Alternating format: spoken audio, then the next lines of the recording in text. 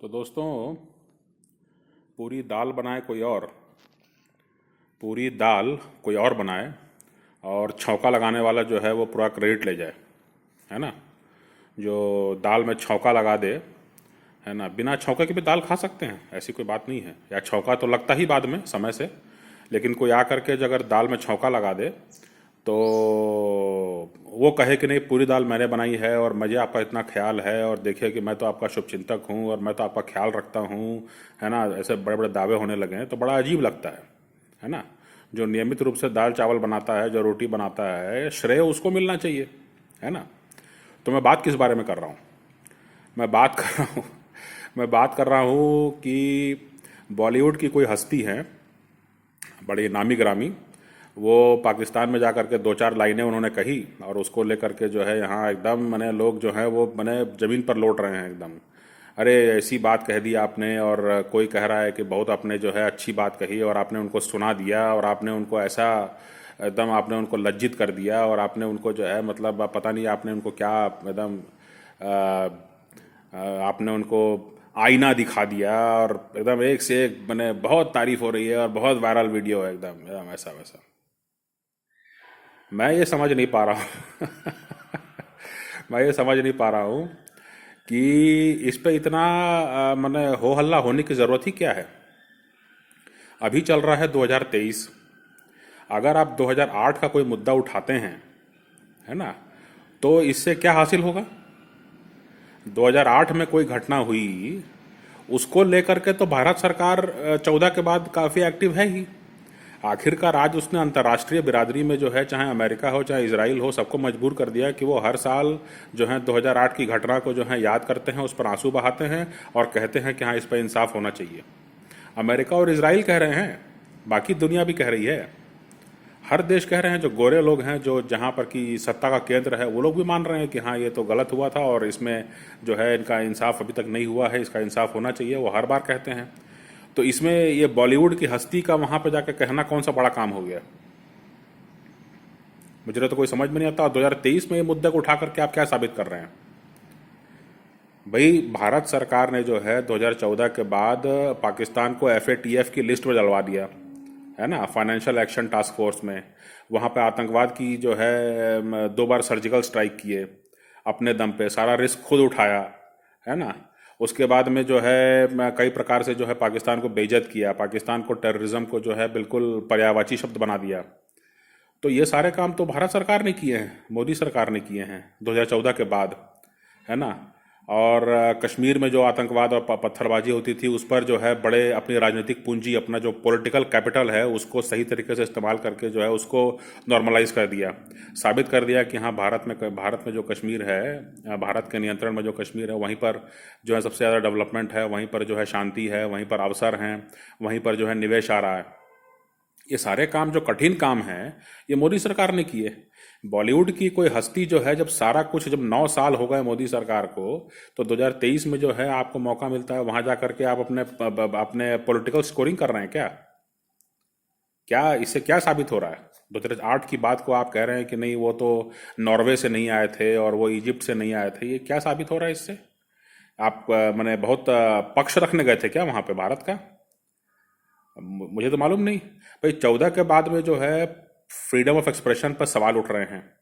14 के पहले नहीं था। 14 के पहले तो फ्रीडम ऑफ एक्सप्रेशन था। 14 के पहले तो बोलने की आज़ादी थी, हर तरह की बातें बोली जाती थी। तो उस समय जाकर के 2008 के मामले को कितनी गंभीरता से उठाया बॉलीवुड वालों ने, कितना उन्होंने कहा कि नहीं पाकिस्तान के साथ मोस्ट फेवर्ड नेशन का व्यवहार नहीं होना चाहिए, पाकिस्तान के साथ ये सख्ती करनी चाहिए, वो सख्ती करनी चाहिए, या क्यों नहीं सैन्य हमला होता है, क्यों नहीं हम तैयार हैं कि उसको जवाब देने के लिए, क्यों नहीं उनसे व्यापार पर जो है कुछ शर्तें लगाई गई, क्यों नहीं उनको जो है शर्मल शेख में जो अग्रीमेंट हुआ उसके बारे में क्या रिएक्शन था? उस समय जब बोलने की आज़ादी थी, जब पॉलिटिकल फ्रीडम, जब फ्रीडम ऑफ एक्सप्रेशन जो है एकदम पुरजोर था, उस समय क्या स्टैंड था? कितने बार इस बात को बोला गया, कितने बार जो है इस बात को जो है गंभीरता से रखा गया और लॉबिंग की गई वहाँ की सरकार, तब की सरकार के साथ। वो सही रिकॉर्ड है ना।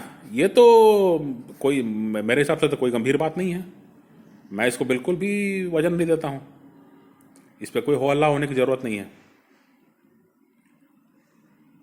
अगर आज के दिन में कोई पाकिस्तान जाता है तो आज के मुद्दे उठाए ना भाई। आज क्या मुद्दे हैं ये मतलब पाकिस्तान के साथ? आज मुद्दे ये हैं कि भाई सिंधु जल समझौता जो है उस पर भारत सरकार ने फरवरी में नोटिस दिया है कि 90 दिन के भीतर जो है नेगोशिएशन शुरू कीजिए, और हम इसको समझौते को दोबारा से हम इसको रीड्राफ्ट करेंगे और हम इसको दोबारा से नए सिरे से देखेंगे कि इसमें जो है किसको क्या मिल रहा है और किसके हित की बात हो रही है ज़्यादा, किसके हित की बात कम हो रही है ना। उस पर बात करते हैं कि भाई आपको सिंधु जल समझौते की क्या ज़रूरत है पाकिस्तान को? आपको अफगानिस्तान में जाकर गोली चलानी है, आपको चोरी चकारी करके जाके पश्चिम में जाके सेटल हो जाना है, वहाँ की नागरिकता ले लेनी है ना।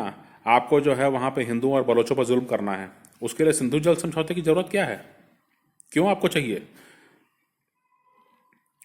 तो इस पर अब बात होती है कि भाई ठीक है, इतने समय तक आपको मौका दिया, आप कुछ नहीं कर पाए उस पानी का, तो ठीक है, वो पानी जो है उस पर भारत सरकार जो कह रही है उसको आप आगे बढ़ाइए, भारत सरकार की बात को मानिए।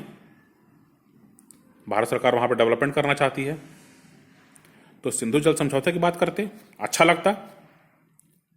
या आप उसकी बात करते हैं कि भाई पहले समय में जो है भारत में 1 रुपये में 15 पैसा जो है वो पहुंचता था लाभार्थी तक। ये बात बहुत चर्चित है। पहले समय में 1 रुपये चलता था तो 15 पैसे पहुंचते थे लाभार्थी तक। तो 2014 के बाद जो है जो 85 पैसा जो लीकेज हो रहा है, उस 85 पैसे के लीकेज को जब बंद किया गया तो पाकिस्तान दिवालिया हो गया। ये इस पर जांच बैठनी चाहिए ना भाई। इस मुद्दे को उठाइए कि आप क्यों दिवालिया हो गए। भाई भारत में 85 पैसे का लीकेज बंद हुआ तो आप कैसे दिवालिया हो गए? आप तो हर तरफ से पैसा आ रहा था और आपके लोग जो हैं वो भारत में जाके कुछ कुछ एक्टिविस्ट और पत्रकारों को जो है वो चुनिंदा पत्रकारों को और चुनिंदा एक्टिविस्ट को जो है बिरयानी पार्टी दिया करते थे। आपके पास तो पैसा बहुत था। ये एक जांच का विषय है, डिबेट का विषय है कि भाई भारत में जो है जैसे ही कैशलेस और डायरेक्ट ट्रांसफ़र की बात हुई तो पाकिस्तान दिवालिया हो गया। ऐसा कैसे हो गया? ये एक जांच का विषय है। ये जो है गंभीर मुद्दा है, आज का मुद्दा है, प्रासंगिक मुद्दा है जो समझना चाहिए लोगों को। इस पर क्यों नहीं बात हो रही है? ये अगर मुद्दे उठाते तो ज़्यादा अच्छा लगता है ना। और जो ये बात कही जाती है कि मतलब यहाँ के आकर के बात कही जाती है कि पाकिस्तान में लड़के लड़कियाँ बड़े मॉडर्न हैं और बड़े शहरों में वो भी मॉडर्न हैं, मॉडर्न है, मॉडर्न है, बहुत ही मॉडर्न है, मॉडर्न है, बहुत ही मॉडर्न है वो। ये किसको नहीं मालूम है भाई? वो पश्चिमी देशों में जाकर सेटल होते हैं, उनके बाप जो हैं वो जर्नैल कर्नैल हैं, वो देश को जो है उनका वो सारी कंपनियां चलाते हैं, ज़मीन का कारोबार करते हैं, सब कुछ है उनके पास। वो लूट खसुट करके वहाँ जाकर सेटल हो जाते हैं। कितने पाकिस्तानी बसे हुए हैं पश्चिमी देशों में? तो मॉडर्न नहीं होते तो चलता क्या? वहाँ पे जाके बसते क्या? तो इस मुद्दे को आप समझते तो ज़्यादा अच्छा रहता। वास्तविक मुद्दे, प्रासंगिक मुद्दों को उठाने से ही हमको जो है मतलब लाभ है, और इन चीज़ों को ही उठाने से जो है यहाँ पे जो है सही प्रतिक्रिया मिलनी चाहिए। और उलझ जुलूल 2008 का मुद्दा जो है जिस पर कि पूरी दुनिया बोल चुकी है, पूरी दुनिया मान चुकी है, पूरी दुनिया उस पर और पाकिस्तान को फ़र्क तो नहीं पड़ रहा है। ये मुद्दा उठाया गया तो उनको उनकी तरफ से कोई कहा किसी ने कि हाँ इस पर होना चाहिए? किसी पाकिस्तानी ने कहा कि हाँ इस पर जो है जो दोषी हैं यहाँ घूम रहे हैं वो उनको पकड़ के जो है जेल में डालना चाहिए? किसी ने इसको कहा है क्या? किसी ने समर्थन किया इस बात का? तो इस पर जो है ठीक प्रकार से एनालिसिस होना चाहिए।